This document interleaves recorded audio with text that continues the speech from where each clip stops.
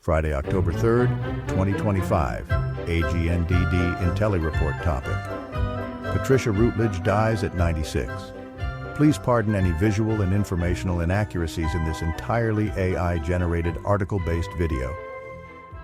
Patricia Routledge, hoity-toity housewife of Keeping Up Appearances, dies at 96.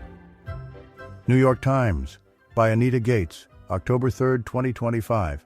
Updated 11:33 a.m. ET. Before she became known as the snooty suburbanite Hyacinth Bucket, Miss Routledge was an acclaimed stage performer, appearing with the Royal Shakespeare Company and on the West End and Broadway. Patricia Routledge, the Tony Award-winning British actress and singer who brought an insistent dignity to roles that included Lady Bracknell, English monarchs, and a pretentious pratfall-prone English housewife, died on Friday in Chichester, England. She was 96. Her agent, Max Massenbach, said she died in her sleep after a short illness. Miss Routledge was best known to British audiences as Hyacinth Bucket, who insisted on pronouncing her last name Bouquet, the relentless social climber on the BBC comedy series Keeping Up Appearances. But from the beginning, she was a stage performer, and an acclaimed one.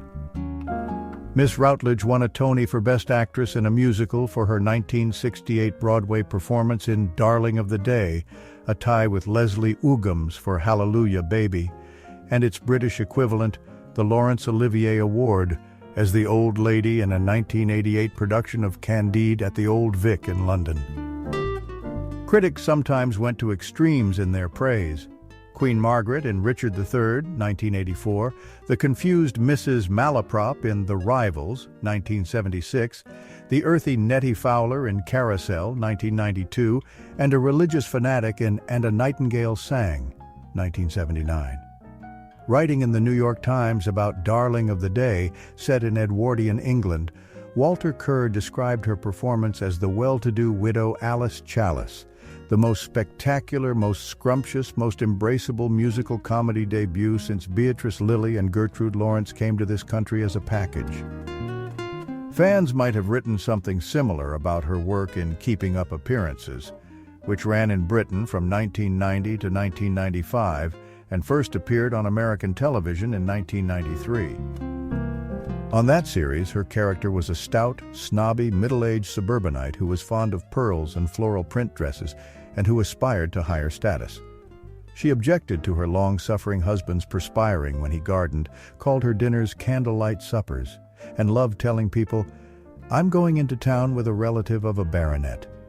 When she began receiving wrong-number calls intended for a Chinese takeout restaurant, she insisted that her husband ring the ambassador. It was during the run of Appearances in 1993 that she was named an officer of the Order of the British Empire. She was later named a commander of the Order of the British Empire and, in 2017, a Dame Commander. Many of Miss Routledge's biggest fans, from Appearances and from Hetty Wainthropp Investigates, the detective series she starred in afterward, 1996 to 98, may never have even known about her time with the Royal Shakespeare Company or her stage roles on the West End. She was the temperamental character actress Dottie Otley and a harried housekeeper in the farce Noises Off, 1982, the imperious Lady Bracknell in The Importance of Being Earnest, 1999, the title character in Little Mary Sunshine, 1962. She was Madame Ranevskaya in The Cherry Orchard, 1975. Patricia Routledge was Queen Margaret in Richard III, 1984, the confused Mrs. Malaprop in The Rivals, 1976, the earthy Nettie Fowler in Carousel, 1992, and a religious fanatic in And a Nightingale Sang, 1979. Miss Routledge, where the first syllable rhymes with doubt, was a favorite of the playwright Alan Bennett, who wrote several Talking Heads television monologues for her, including A Woman of No Importance, 1982. Other American stage appearances included, in New York, the 1980 Shakespeare in the Park production of The Pirates of Penzance with Kevin Kline. She played Ruth the Pirate Maid, and the London comedy How's the World Treating You? her Broadway debut in 1966 as a frumpy 1940s mom.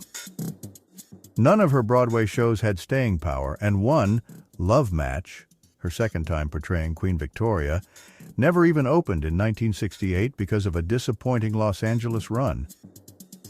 Her most notable flop was the Broadway production of Leonard Bernstein's 1600 Pennsylvania Avenue, in which she played a series of American First Ladies. It opened on May 4, 1976, and closed on May 8. She looked back on the experience as a composer-lyricist mismatch, telling the London newspaper The Telegraph in 2007, "I think Alan J. Lerner was frightened of Lenny." In the same interview, she acknowledged a reticence not typical in show business. "I was brought up not to push, really," she said. "I'd wait to be asked. And I think my attitude was slightly despised, may I say." Catherine Patricia Routledge was born on February 17, 1929 in Birkenhead, England, across the River Mersey from Liverpool. She was the third child and only daughter of Isaac Edgar Routledge, a haberdasher, and Catherine Perry Routledge. Patricia graduated from high school in her hometown, then studied English language and literature at the University of Liverpool. She professed no early interest in acting, but a noted lecturer, Edmund College, who worked with the College Drama Society, encouraged her.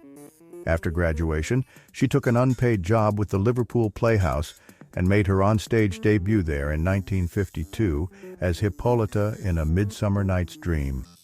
She studied at the Bristol Old Vic Theatre School, and her London stage debut was in Richard Sheridan's comic opera The Duenna in 1954. Miss Routledge appeared in a handful of feature films, including To Sir with Love, 1967, starring Sidney Poitier, and If It's Tuesday, This Must Be Belgium, 1969, with Suzanne Plachette. Her last screen appearance was in 2001 in the British television movie Anybody's Nightmare, a true crime drama about a teacher in her 60s wrongly imprisoned for murder.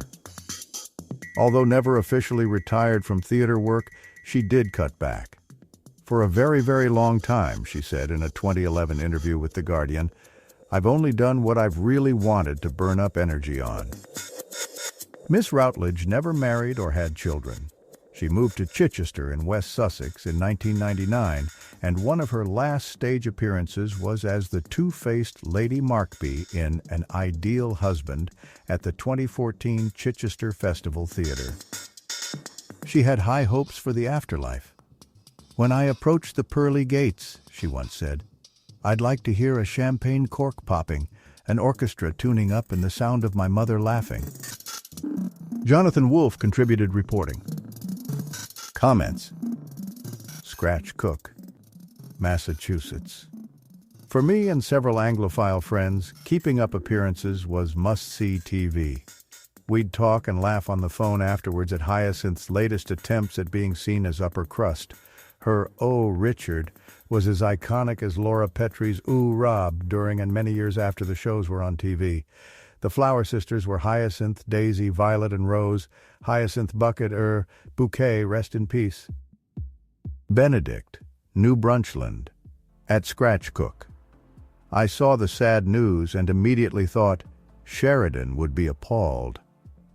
R.I.P. Ms. Routledge, who, in addition to many triumphs during a long stage career, created an iconic television character. Sasha, NY. Keeping Up Appearances was a show beloved by my entire family, bridging all of our varied tastes. So many happy memories and inside jokes, and many a precious pet named after characters. Patricia Routledge was impeccable and managed to be the jumping-off point for the entire talented cast. A true loss. Karen Lee, Washington, D.C. area. I enjoyed watching Keeping Up Appearances. Though I thought it was made in the 1970 AS, it made me laugh. This might be a good time to watch some more light-hearted comedies like As Time Goes By and The Vicar of Dibley. Any distraction from the news would be welcome. Kane Dingle, Pittsburgh. Even though the article is about Routledge's death, how I smiled at the fond memories and laughs at her exploits as the Bucket Woman. She was so talented. Routledge could sing, dance, and act. I'm also pleased to read that her small role in To Sir with Love was mentioned.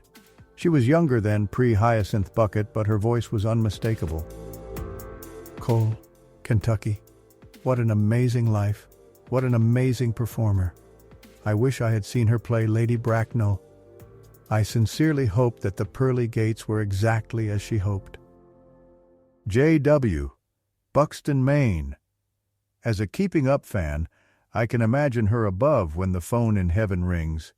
The Bouquet residence, the lady of the house speaking. Oh, it's you, Jesus. Ali Pezeshkpur, Irvine, California. It's difficult to imagine the world of comedy without her, let alone that I'm the first to comment. For years, we would watch Keeping Up appearances as a family. My sister and I were kids, and my mom, dad, and I would roll with laughter during each episode while my sister sat there rolling her eyes. But she eventually came around, recognizing the genius of the writing and the actors' talents that made each episode a hit. While the show may have ended, Routledge and her colleagues will live on at least in our family of 4. Jay Grant, Pacifica, California. Dame Routledge's hilarious performance as Hyacinth Bucket, pronounced Bouquet, will live on in reruns for perpetuity. Tune in for some laughter, which is badly needed in these troubled times. Lawyer Mom, Washington, D.C. My family loved Hyacinth. I got the DVDs from my parents many years ago. When Keeping Up appearances aired on public television in the U.S. on Saturday evenings 20 years ago, my then 10-year-old son and I would sit on my bed and watch it together. My son is now a UK resident. My house looks like Daisy's mess, complete with dog on the sofa, but I am a Hyacinth at heart. She will be missed. NP, Westchester. Always loved Keeping Up appearances. Breaking out the Royal Doulton with the hand-painted blue periwinkles this morning. She will be missed. Moderate, PA, just loved her. Sad. Bon voyage, Hyacinth. Let's answer our phones properly in her honor. The moderate residence, the lady of the house speaking. Gio, Italian abroad. I know she was a fine stage actress, but I must confess I simply have a blast every time I watch appearances. One of our favorite episodes is when they go on a boat trip. I'll have a candlelight supper in her honor. I just need a vicar to invite and boast about. Charlene, Southwestern U.S. Edgio, don't forget your handwritten invitations. Human. Thank you for watching this AGNDD intelliReport, dear viewers. Please like, subscribe, and click the bell button to get notified during new uploads. And make sure to tune in next time. Stay safe and healthy. Cheers.